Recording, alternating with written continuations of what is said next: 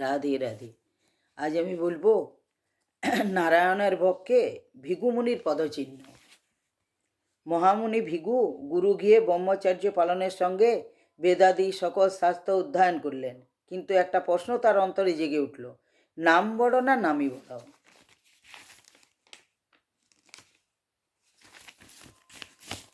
তিনি পিতাকে উত্তরে জিজ্ঞাসা করলেন।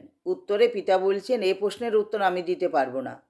সূর্যলোকে সূর্যদেবের নিকট যাও। তিনি নিজ কিরণ দ্বারা উদ্দিত সকল সৃষ্টি করেছেন। তার ফল ফুল শস্য খেয়ে জীব সকল বেঁচে আছে। তিনি হয়তো এই প্রশ্নের উত্তর দিতে পারবেন। পিতার কথা মতো ভৃগুমুনি সূর্যলোকে গিয়ে তাকে প্রণাম করে জিজ্ঞাসা করলেন, নাম বড় না নামই বড়? শুনে সূর্যদেব বললেন, মুনিবর, আপনার এই প্রশ্নের উত্তর আমি দিতে পারবো না। আপনি ব্রহ্মলোকে গমন করুন। তথায় চতুষ্মুখ ব্রহ্মা 4 মুখে বেদ পাঠ করেন ও নাম মাহাত্ম্য প্রকাশ করেন। তিনি হয়তো এর উত্তর দিতে পারবেন। এইবার ভৃগুমুনি প্রতিজ্ঞা করলেন, তিনি উত্তর না জানা পর্যন্ত জল গ্রহণ করবেন না। এই রূপ প্রতিজ্ঞা করে ব্রহ্মলোকে গেলেন। চতুষ্মুখ ব্রহ্মা তখন ধ্যানমগ্ন ছিলেন। ব্রহ্মার ধ্যান ভাঙলে পর ভৃগুমুনি ব্রহ্মার চরণ বন্দনা করে বললেন, নাম বড় না নামই বড় বলে দিন। তা শুনে ব্রহ্মা বললেন, বৎস, এ প্রশ্নের উত্তর আমি দিতে পারবো না। তুমি শিবলোকে যাও। কৈলাসপতি শঙ্কর পঞ্চমুখে দিবারত্ব হরিগুণ গান মত্ত আছেন।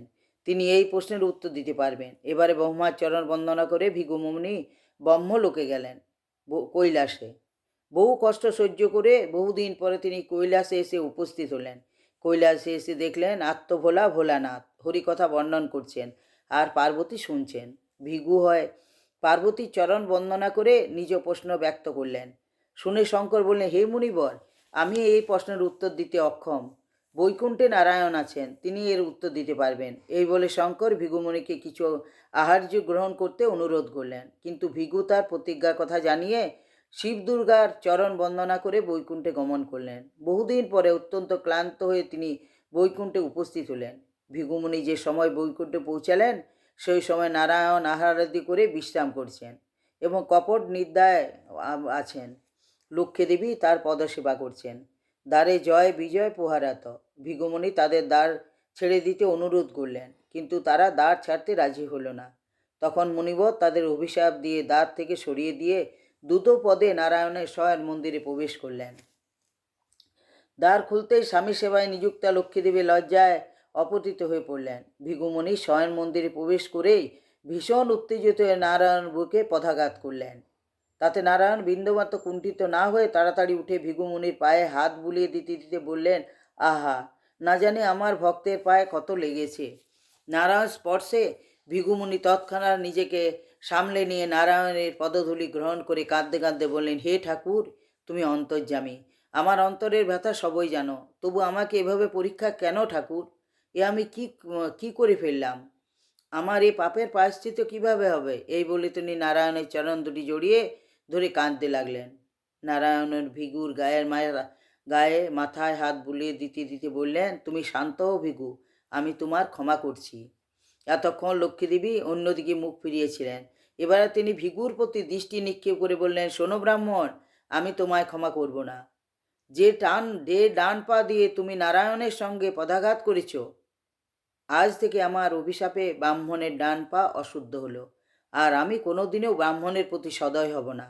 তখন ভৃগুমুনি লক্ষ্মী দেবীকে প্রণাম করে বললেন, মা, ব্রাহ্মণ শুধু নারায়ণের কৃপা প্রার্থী, নারায়ণের কৃপা পেলেই ব্রাহ্মণ কৃতার্থ হয়ে যাবে। এমন সময় নারায়ণ ইঙ্গিতে বিষ্ণুদূত এসে ভৃগুমুনির নরককুণ্ডের নিকট গিয়ে গেলেন। নরককুণ্ডে জীবগণের নির্যাতন দেখে ভৃগুমুনি অশ্রদ্ধায় বলে উঠলেন, আরে রাম রাম, এ তোমরা আমায় কোথায় নিয়ে এলে? ভৃগুমুনির এই রাম নাম শ্রবণের ফলে নরকগামী জীবগণ উদ্ধার পেয়ে স্বর্গধামে গমন করলেন। ভৃগুমুনি বৈকুণ্ঠে অন্যান্য রমণীর স্থান দেখতে দেখতে সেই সকল নরকগামী জীবকে স্বর্গধামে দেখতে সেই দেবদূতকে জিজ্ঞাসা করলেন, এরা কিভাবে নরক যন্ত্রণা থেকে মুক্তি পেল? দেবদূত বললেন, আপনি যে নরককুণ্ডের নিকট রাম নাম বললেন, সেই নাম শ্রবণ করে এরা মুক্তি পেয়েছে। অতএব নামের কি মহিমা, তা আপনি নিজেই ভেবে দেখুন। এখনও ভৃগুমুনি বুঝলেন নামের থেকে নাম ভিন্ন নয়। হে ভক্ত, এই হইল নামের প্রভাব। এই নামের প্রভাবে কত অসাধ্য সাধন হতে পারে। অতএব নাম ছাড়া আমাদের গতি নাই। শুধু নাম করো, নাম ও নামই অভুন্ন। রাধে রাধে।